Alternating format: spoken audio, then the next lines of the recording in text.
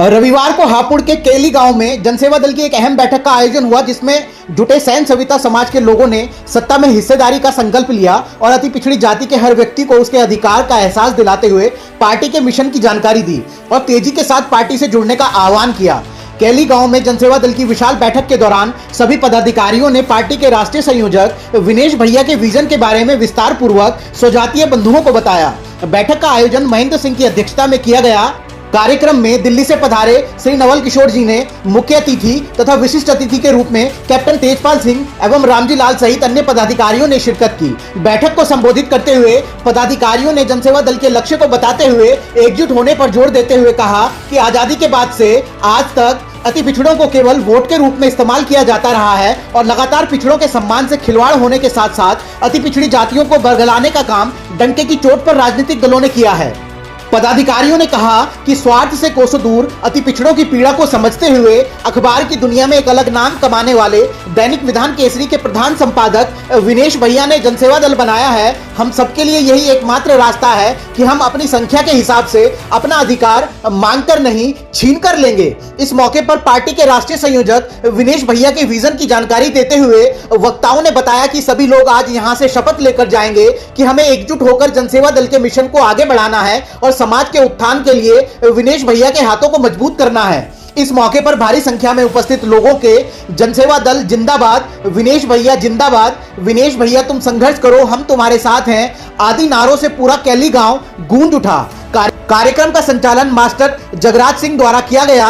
इस मौके पर कृष्णपाल सिंह, मनोज कुमार सेन, रितेश कुमार सेन, राज बहादुर शर्मा, तेजपाल सिंह, सुमित कुमार पाची, मोहनलाल सेन, अमरपाल सिंह, मांगेराम सेन, ओमकार सिंह सहित सैकड़ों की संख्या में लोग मौजूद रहे। हापुड़ के केली गांव में आयोजित जनसेवा दल की बैठक में बतौर मुख्य अतिथि उपस्थित रहे श्री नवल किशोर ने अपने संबोधन में कहा कि विनेश भैया ने जातीय उत्पीड़न को पूरी तरह से खत्म करने का प्रण लेकर जनसेवा दल बनाया है। श्री किशोर ने कांग्रेस, बसपा सहित वर्तमान में सत्ता पर विराजमान भारतीय जनता पार्टी सहित तमाम दलों पर हमला बोलते हुए कहा कि सभी दलों ने अति पिछड़ों के अधिकारों का हनन किया है। आजादी से आज तक हम इनके ढकोसलों का शिकार होते रहे हैं। हमारी जातियों के युवा आज भी बेरोजगारी की मार झेलते हैं।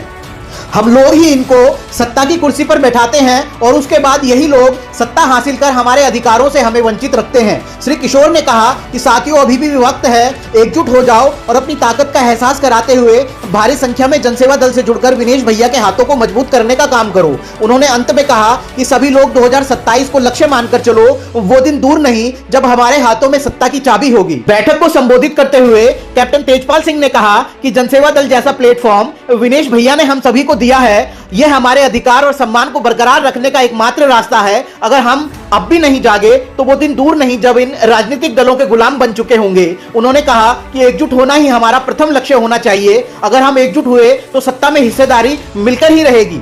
हापुड़ के केली गांव में आयोजित जनसेवा दल की विशाल बैठक के दौरान अपने संबोधन में पार्टी के राष्ट्रीय अध्यक्ष विनेश भैया के छोटे भाई मंजेश ठाकुर ने बैठक में मौजूद भारी भीड़ को देखकर खुशी जताते हुए कहा कि अब विश्वास हो गया है कि अति पिछड़े समाज को अपने अधिकारों का एहसास होने लगा है। इसका अंदाजा आज हापुड़ के केली गांव में मौजूद भीड़ को देखकर लगाया जा सकता है। उन्होंने कहा कि अब से 20 वर्ष पूर्व बड़े भैया ने उत्तर प्रदेश के जनपद बिजनौर से विधान केसरी अखबार की नींव रखी थी। आज विधान केसरी किसी पहचान का मोहताज नहीं, देश भर में विधान केसरी को पढ़ा जाता है। अब अति पिछड़ों की पीड़ा को समझते हुए विनेश भैया ने जनसेवा दल बनाकर एक राजनीतिक प्लेटफॉर्म दिया है। अब हम सबकी जिम्मेदारी है कि हम विनेश भैया के विजन को जन जन तक पहुंचाएं और समाज के हर व्यक्ति को एकजुट करने का काम करें। उन्होंने कहा कि बड़े भैया ने ठान लिया है कि अब वो समाज के हित की लड़ाई लड़ने का काम पूरी मजबूती के साथ करेंगे और अति पिछड़ों को उनका अधिकार दिलाकर ही दम लेंगे। श्री ठाकुर ने कहा कि लीवर ट्रांसप्लांट के बाद विनेश भैया का साफ कहना है कि ईश्वर ने मुझे दूसरा जन्म दिया है। अब तक मैं परिवार के लिए जिया हूं, अब मैं अपना पूरा जीवन समाज को समर्पित करता हूं। हापुड़ से विधान केसरी डिजिटल की विशेष रिपोर्ट।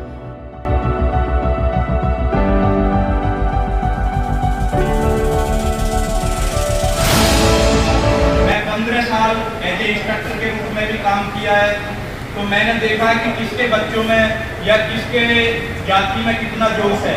हमारी जाति से ज़्यादा किसी के भी बच्चों में ज़्यादा जोश नहीं है। मेरी लिस्ट के मुताबिक अभी मैं जिस भी यूनिट में रहा हूँ, हमारी कास्ट के बड़े बड़े अधिकारी मिले मुझे, छोटे लेवल में भी सिपाही भी मिले, उससे छोटे भी मिले, लेकिन सबकी अभी भी यही भावना रहती है कि हम एक दूसरे को अपना परिचय ना दें। हमें क्यों हीन भावना आती है? नहीं आनी चाहिए। हमारे वंशज सम्राट अशोक है। हमारा तिरंगा 3 कलरों में है, जिसमें छत्र किसका है? अशोक का। तो इतना तो कॉन्फिडेंस हो कि हमारे जो वंशज हैं उनका नाम आज सम्मान से लिया जाता है। हम लोग अपने अंदर से वो भावनाएं खत्म करें जिससे हमें लगता है कि नहीं, हम ये हैं तो हमारा ऐसा होगा। अगर हमारी भावनाएं थोड़ी हीन नहीं होंगी तो हमारी विजय हरदम होती रहे। मैं एक छोटी सी कहानी शेयर करना चाहता हूँ लोगों से। एक किसान है, खेतों से आ रहा था, रास्ते में उसको एक पत्थर का टुकड़ा मिला, थोड़ा सी चमकीला था। उसने देखा यार चलो इसको उठा लेते हैं, लेके चलते हैं। जाते समय देखा तो बनिए की दुकान थी। तो बोला भाई तुझे यार ऐसा करते हैं, इसका नाम 50 रुपए की कुछ दे देते। पत्थर में लेकिन चमकीला, पत्थर में केवल शाइनिंग थी। शाइनिंग को देख के बनिया के दिमाग में लालच आया, और लालच आया तो उसने उसको उसका मूल दे दिया। जो किसान था वो बेच के अपने घर चला गया, परिवार में खुश रहने लगा। एक व्यापारी आता है जो हीरे का व्यापारी होता है। उस व्यापारी ने देखा तो उसको तो पहचान आ गई कि भाई ये हीरा है, पत्थर नहीं है।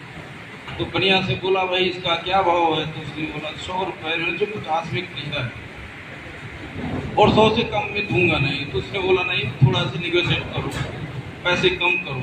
उस चक्कर में वो चला गया। क्या मतलब इस बात का जा रही है? एक पंडित जी हैं, हमारे बड़े पत्रकार हैं। आज उन्हें विज्ञप्ति भेजी है, मैं एक ऐसा अखबार स्टार्ट करूंगा जिसमें तेरे जैसे 1000 पत्रकार मेरे होंगे। आज विधान केंद्री में 11 एडिशन और पूरे देश में विधान केंद्री छाया हुआ है। इसी तरह हमारे राजनीतिक संगठन तो बहुत सारे बने, लेकिन राजनीतिक पार्टी आज तक किसी ने नहीं बनाई। सभी पार्टियों में उनका दखल रहता है, सरकार में दखल रहता है, लेकिन उन्होंने सोचा कि यार संगठन तो बहुत है, एक राजनीतिक पार्टी बनाकर अपनी बिरादरी को एक प्लेटफॉर्म दिया जाएगा और जिसमें राजनीतिक, आर्थिक और सामाजिक सम्मान मिले हमारी बिरादरी को। जो लोग छुपाए बैठे हैं वो लोग सामने निकल के आएंगे, सभी को राजनीतिक और सामाजिक सम्मान मिलेगा। यही हमारे भाई साहब का ये है, यही उनका कार्यशैली भी उनकी इसी तरह की है कि भैया हमारे लोगों को सम्मान मिले। अब लीवर ट्रांसप्लांट से पहले उन्होंने कहा कि भैया अब तक मैं अपने परिवार के लिए जीवन जी रहा था, लेकिन अब ठीक होने के बाद, लीवर ट्रांसप्लांट के बाद, मैंने अपना पूरा जीवन अपनी बिरादरी को दे दिया है और मैं अपनी बिरादरी के लिए वो सब करना चाहता हूँ जो ये बड़े बड़े नेता कर रहे हैं। भाई साहब, आसमान से उतर के कोई नहीं आता। नरेंद्र मोदी जी, प्रधानमंत्री जी हमारे, योगी जी, मुख्यमंत्री जी हमारे, सबने अपनी माँ के पेट से जन्म लिया है। ठाकुर साहब ने माँ के पेट से जन्म लिया है और वो जो करते हैं, जो कहते हैं, वो करके दिखा देंगे। 2027 तक हमारे विधायक होंगे, हमारे एमपी होंगे, हमारे नगर पालिका में अध्यक्ष होंगे, हमारे जिला पंचायत के अध्यक्ष होंगे और ये गारंटी के साथ विधायक हो